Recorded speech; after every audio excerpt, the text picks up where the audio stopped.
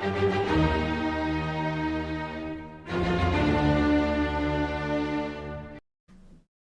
everybody, welcome to the crew. I'm Sea Lord Jenda, and this is the history of the world. In the last century, Mesopotamia remained consumed by infighting between city-states headed by Isin, Larsa, and more recently Babylon, with Larsa becoming the dominant state at the moment. The Middle Kingdom of Egypt thrived for most of the century, but has now rather abruptly begun to collapse. And so, as we reach 1800 BCE, the current date, civilization is still really advancing.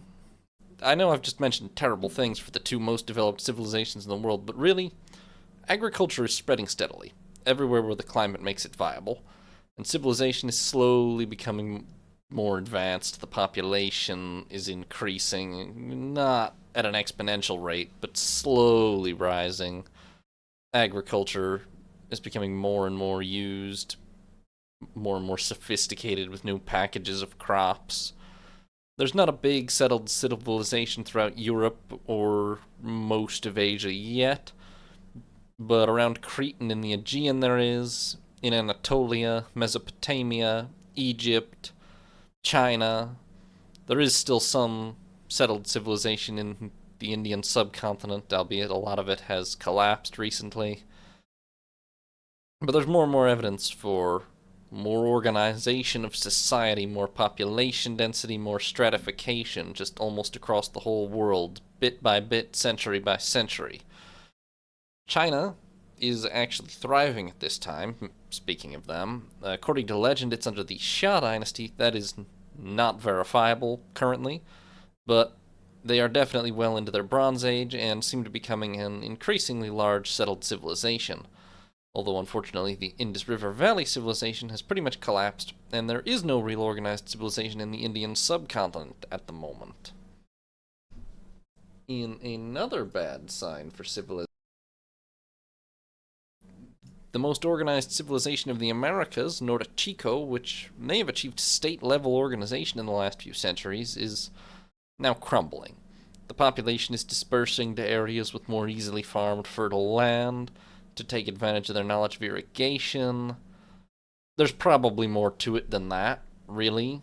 War, disease, something. Raiders from outside. It's very hard to say.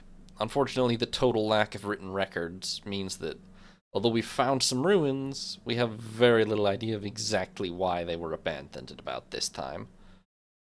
So this is essentially our best educated guess. Something happened. The people are largely dispersing elsewhere, but they don't quite rebuild the same level of potentially state-level civilization anytime too soon. And for the moment, new construction in the Norte Chico area is pretty much at an end, and it will soon begin its slow fall into ruin. Now, Mesopotamia, I mentioned, still consumed by infighting between city-states. It is still the most densely populated area of the world, let's not forget.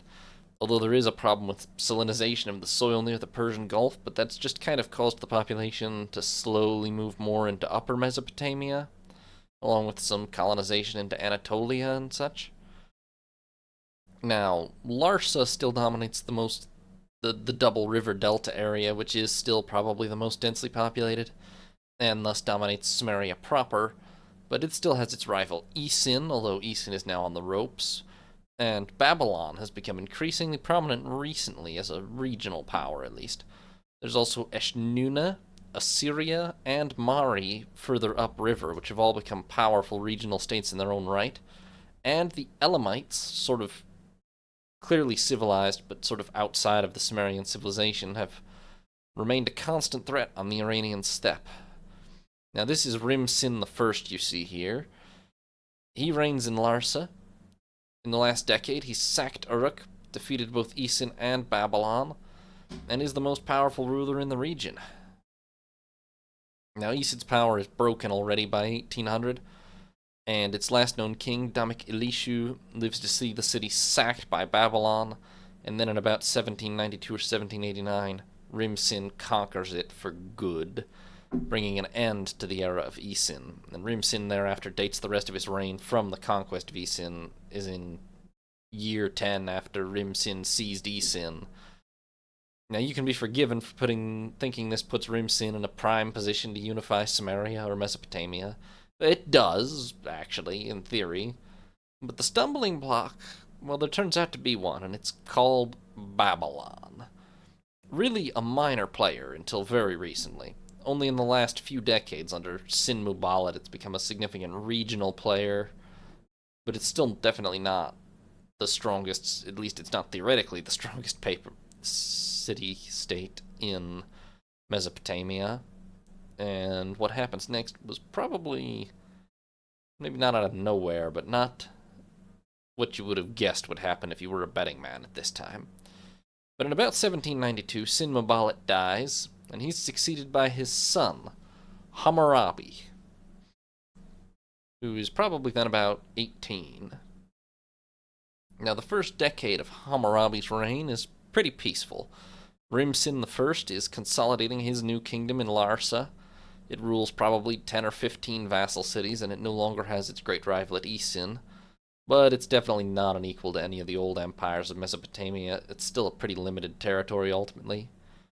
In Babylon, the young Hammurabi builds temples, he heightens the city wall, but there's not actually that much indication, at least as far as we know, that he has any particular ambition. To the north, Eshnunna and Assyria war, but don't achieve a decisive result against each other.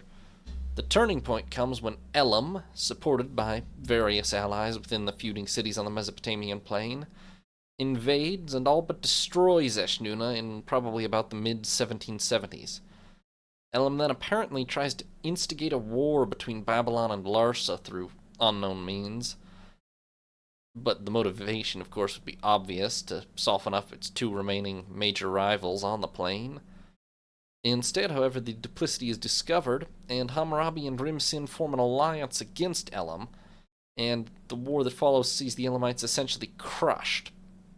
But it's actually Babylon, along with Mari, which it's allied to, and a few other northern cities, which carry by far the major share of the burden. Rim-Sin contributes token forces at most, and unsurprisingly, Hammurabi is not too impressed by this. Shortly after the Elamites are driven back into the steppes and broken for the time being, Hammurabi rounds on his alleged ally Rim-Sin, and what follows is actually a spectacular series of conquests. The following events I'm about to list occur with basically blinding speed after almost 250 years of just very indecisive city-state feuding. All of a sudden, in the course of just a couple of years, Hammurabi and his Mariot allies crush Rim-Sin in battle, besiege Larsa for 6 months and take the city, and bring Larsa to an end on the spot. Rim-Sin is captured and dies soon after, probably a very old man, because he has reigned for 60 years by now. Then Hammurabi turns north and conquers Eshnunna, which is still shattered from its war with Elam, and then is apparently all but destroyed by a flood and fades into irrelevance within the next couple of decades anyway. Mari is also conquered. It may have voluntarily accepted tributary status initially, but then rebels and is basically destroyed. Ishmed the Gon of Assyria is also defeated and dies following what one would like to think was perhaps a climactic clash, but might have been a pretty one-sided anticlimax by then, because Babylon had united most of the rest of Mesopotamia. In any case, by 1762 BCE, Hammurabi finds himself ruler not of one of about 5 or 6 regional powers, plus many minor powers, but quite abruptly, of the Babylonian Empire, which rules more territory than any power since the fall of Akkad, hundreds of years in the past. The Babylonians here, they rule essentially all of Mesopotamia, with the Levant to the west and Elam to the east are mostly outside their control, although Elam at least pays some kind of tribute to Hammurabi, as does Assur, but he doesn't control it fully, but they are forced to pay lip service to him. Hammurabi claims the ancient title, King of the Four Corners of the World, as well as King of the Amorites and King of Babylon. He's nearly 50 by the time his conquests are achieved, and he doesn't actually live that much longer, but he achieves a remarkable amount in what's left of his life. Babylon grows very quickly to become the largest city, not just of Mesopotamia, but probably even of the world, surpassing Thebes in Egypt, with a population of as much as 60,000, which was enormous at the time, of course, and quite quickly manages to replace Nippur as the center of religious worship in Mesopotamia. This does coincide with the rise of Marduk, the patron god of Babylon, as the preeminent god in the region. The Babylonian take on the local pantheon becomes rapidly popularized due to Hammurabi's success. Hammurabi himself is venerated as a god within his lifetime and will be revered for centuries to follow. He is, of course, most of you will have heard of him for one reason, and that is this. His code of laws. Hammurabi's code, that is. 282 laws inscribed on a stone slab, placed in a public place so that all can see. I mean, this is literally physically it, or a copy of it anyway. It's not the first code of laws, as some of you may have learned at some point, but it does represent a major evolution in law. It's the first known note of a sort of presumption of innocence, with both parties in a case being allowed to provide evidence.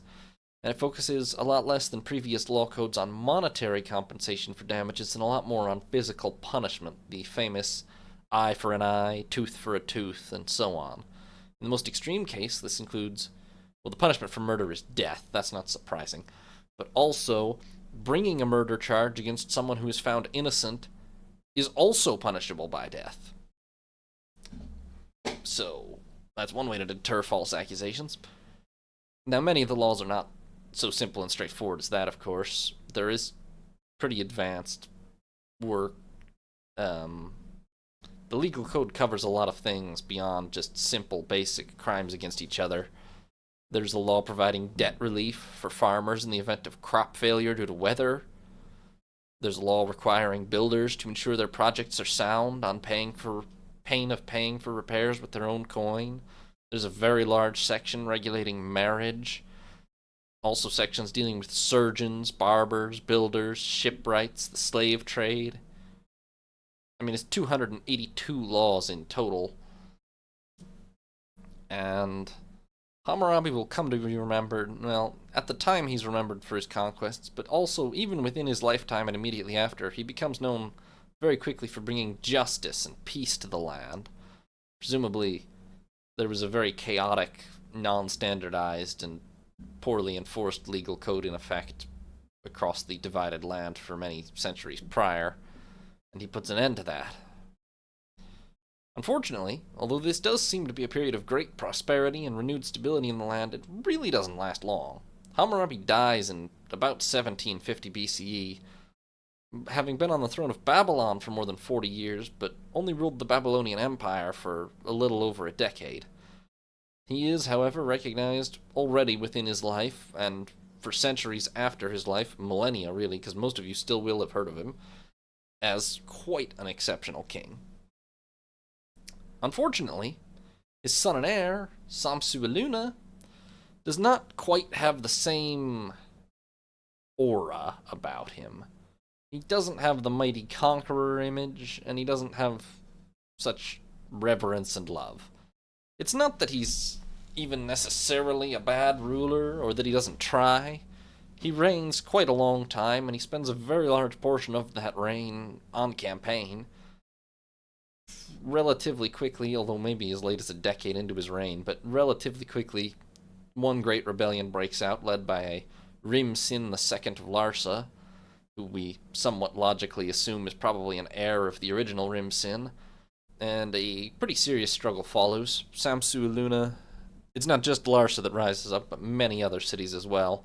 Samsu-iluna apparently shatters the northern cities, has the ruler of Eshduna strangled, sacks Ur, sacks Uruk, sacks Isin, retakes Larsa and kills Rim-Sin II, and one would think that that would be enough to hold the empire together, really. But just a few years later, an Ilam Ma'ili, who claims descent from the last kings of Isin, rises up and instigates another major revolt in the Sumerian cities. and this time he fights Samsu-Iluna to a draw in one battle, then prevails in a second battle. Samsu-Iluna is forced to pretty much give up on the Gulf region of Sumeria, and in that chaos, with the Empire's military power crumbling, Assyria, Elam, and various other northern states and cities have broken away completely from what control Hammurabi had over them.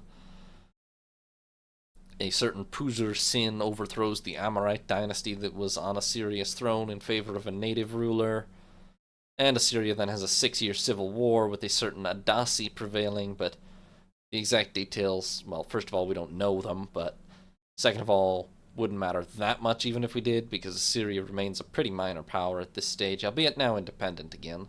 And militarily, maybe is the equal of the Babylonian Empire, as it is really it's crumbling within a couple of decades of Samsu-Iluna's reign.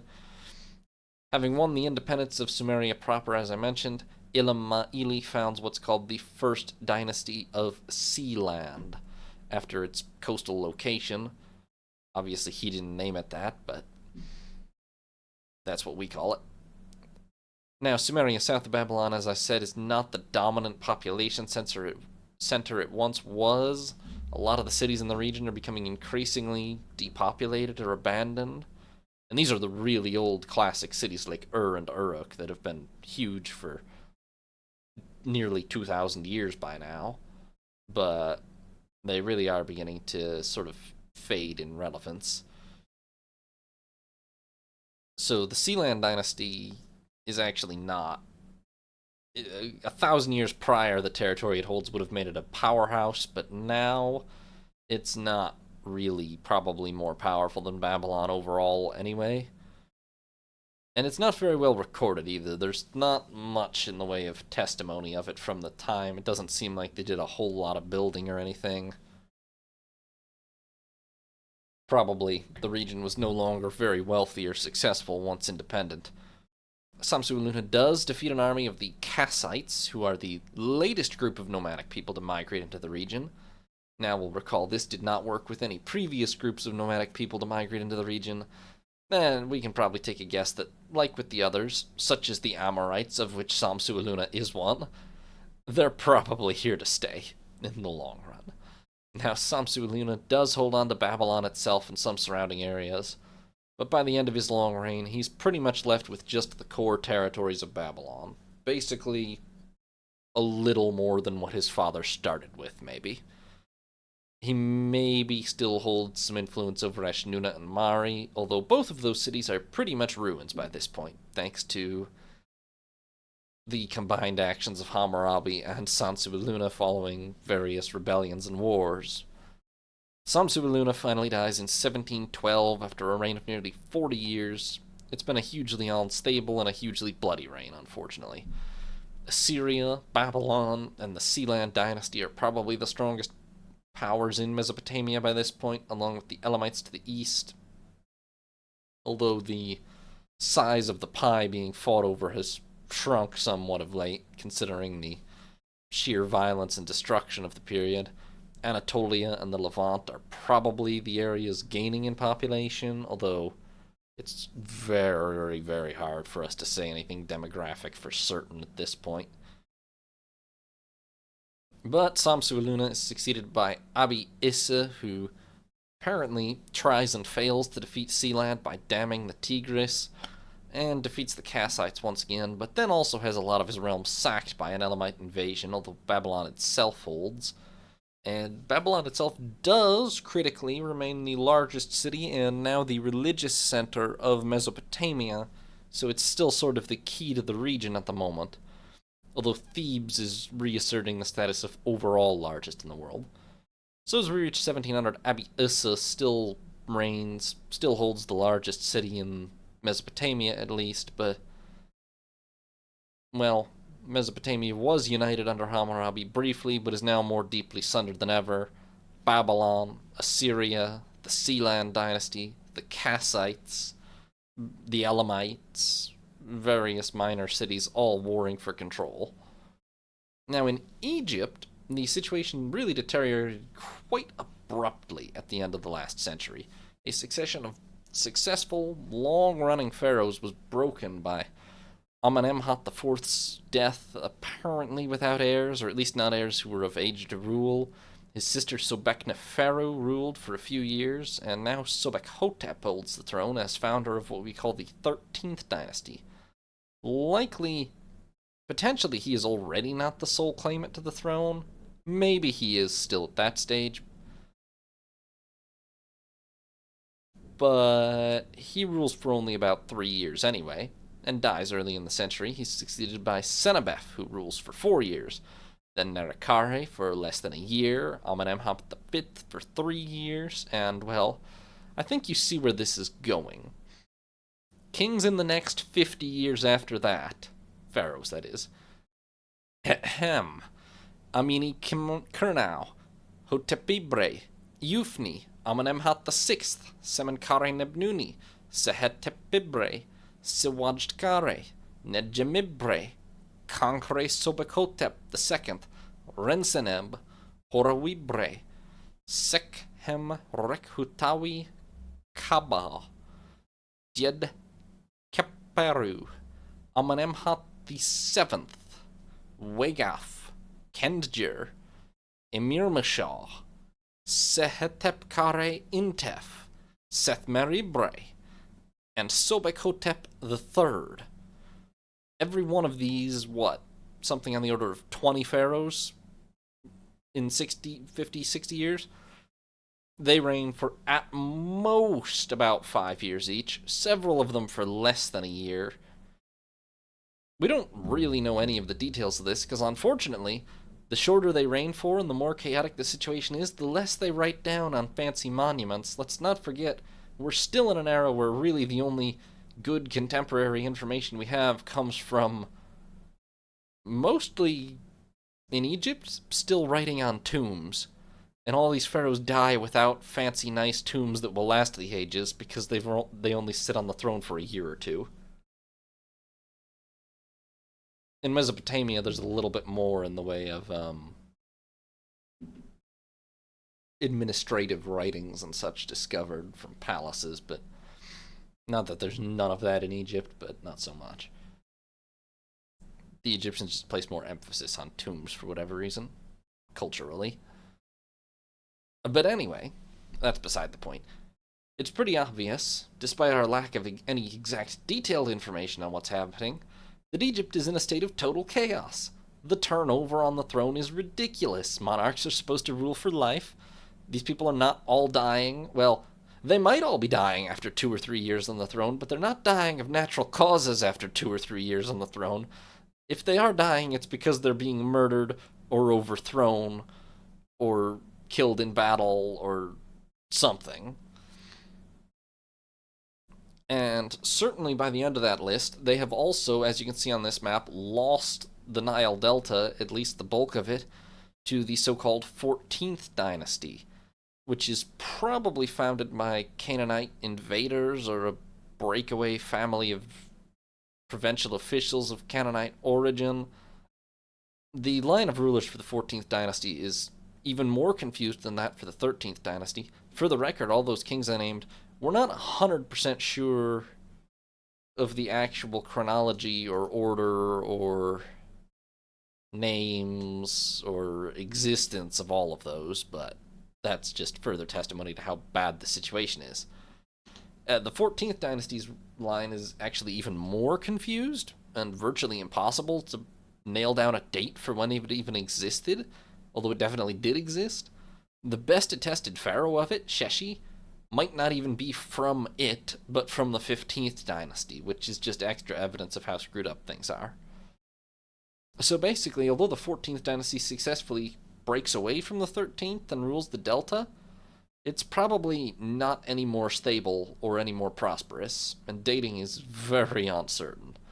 We have Nahisi, Kakrewe, Nebefaure, and Sehebre, and probably there's a Merjafare that rules the Nile Delta as we reach 1700, but that's very far from certain.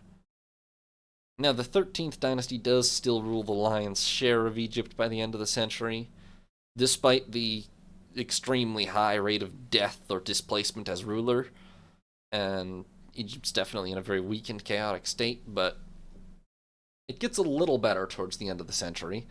Neferhotep I here, taking power in about 1740, is actually the first ruler in over half a century to last more than 5 years on the throne. He rules for 11 years. He seems to be from a non-royal military family. He probably takes the throne in a coup. He's probably not even close to the first person in the last century to take the throne in a coup. But unlike all the others, he then doesn't get couped by somebody else thereafter. Obviously, legitimacy isn't so much of a factor at this point, apparently. He does some building, not a whole lot, although enough to prove he exists. But private building is pretty significant during the decade he sits the throne, so it does suggest that it's probably not necessarily that Egypt is consumed by war exactly, just a wildly unstable political situation. Legitimacy has just collapsed and no one can get a hold on it, apparently. But he kind of does, Neferhotep here. And he's succeeded by his brother, Sobek-hotep IV, who... This works. Sobek-hotep IV holds the throne another 10 years, isn't immediately killed or overthrown like most of the early 13th dynasty. He conducts building projects at Abydos and Karnak, and he's pretty solidly attested as actually existing, unlike some of the other rulers of the 13th dynasty. Although we still don't know a whole lot of details of what he did in his reign. And he definitely doesn't reconquer the Delta, although exactly when the Delta split off is not that certain either, but probably the kingdom is split during Neferhotep and Sobek-hotep's reigns. Now, those two reigns do manage to stabilize the 13th dynasty a little bit. Sobek-hotep V and VI follow. They rule for 3 and 4 years, which isn't too great. Then a Wahibre Ifyao, who rules for about 10 years, which is pretty good, but also he's extremely limited. There are very few attestations of him despite the reign, which suggests he wasn't doing a whole lot. But it's better than the average from the first half of the century. But as I said, it's not to suggest the 13th dynasty is thriving. There's just very little evidence, even for the longer reigning pharaohs, of their doings, of any grand construction projects or campaigns. Those don't seem to be happening. They don't seem to be reconquering the Delta. Just before the end of the century, Wahibre Ifyao dies and is succeeded by Meneferne I, who, sorry, I thought I had an image of him, but I don't. Meneferne I has a pretty long reign, but it's barely attested. But we'll get to that in the next century. In all likelihood, by 1790 BCE, Egypt is divided between the 13th and 14th dynasties. And the 13th dynasty is even a little bit more stable in terms of legitimacy. But also, from all we can tell, the state administration of Egypt has just basically collapsed. Neither pharaoh seems to exercise much in the way of actual effective power or to be doing very much. Probably the century of complete chaos has just basically destroyed the apparatus of state and the bureaucracy needed to actually run the kingdom, to the point that, okay, your pharaoh, probably half the kingdom is actually being run by provincial officials, and there's no taxes coming into the central government anymore, and there's no real military power held by the central government anymore, so have fun being pharaoh. So Egypt is well and truly in the throes of what we call the Second Intermediate Period. It's been a century of instability, famine, a breakdown of the apparatus of state. Things aren't going well. Things are going a lot better in Greece, where the well-established, small but noteworthy civilization on Crete and the Aegean has begun to properly take root on the mainland, starting in the Mycenae area there and slowly expanding, with evidence of, well, there's a significant increase in the population and in the size and number of settlements, which is kind of how we know the population increased. and evidence of more significant stratification, wall building, these kind of things. There's still not a lot of local writing. Well, I'm fairly sure they just don't have a local written language of their own at all yet, although they obviously definitely did have contact with Egypt and probably Mesopotamia to some extent. But, well, we call this the Mycenaean Greek civilization, and it is definitely now established in Greece and a little bit in western Anatolia. Now, this is a very slow process. This map, as you can see from the dating, is from a few hundred years in the future. Imagine probably at this date just the area immediately around Mycenae is probably actually colonized, along with most of the islands. But the process has begun, and it will continue over the next several centuries, sort of in the background mainly. Another long-term process, the Indo-Aryan migrations. Thanks in part to having recently developed the first war chariots, the well, not just the Indo-Aryans actually, but the Indo-European peoples of the steppes as a whole have begun to migrate all over the place. The Indo-Aryans in particular are migrating into the Indian subcontinent and will shortly come to pretty much culturally dominate at least the northern portion of the subcontinent. Probably, well, it's pretty much impossible for us to say exactly if they, wipe out or expel the locals or if they just sort of overwhelm and absorb them. But in any case, Indo-Aryan languages are now the dominant culture and language of the Indian subcontinent. And other Indo-Europeans are spreading out all over the place, all from the same family, same origin point somewhere out on the steppes. And they are heading into Europe, into Persia, Greece, Anatolia, the Levant. All these languages, well, originally one language, or a couple of very close, originally one language, probably several closely related languages by the time these migrations started. And they're all pretty rapidly starting to diverge as they become more and more separated from their origins out on the steppes. Eventually, this will become scores and ultimately hundreds of Indo-European languages, and will pretty much cover, well, everything you see here on this map. Now, that's going to take the next 1,000 years or so, if not even more, but it's starting to happen, and actual precise dating of it is pretty much impossible, so just bear in mind that this is happening across Europe, across Persia, across India over the next millennia, really, certainly the next several hundred years.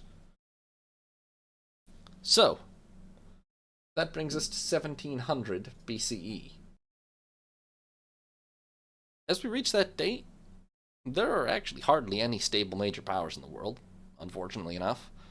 Mesopotamia was briefly united under Hammurabi during the last century, but his kingdom has not really survived his death.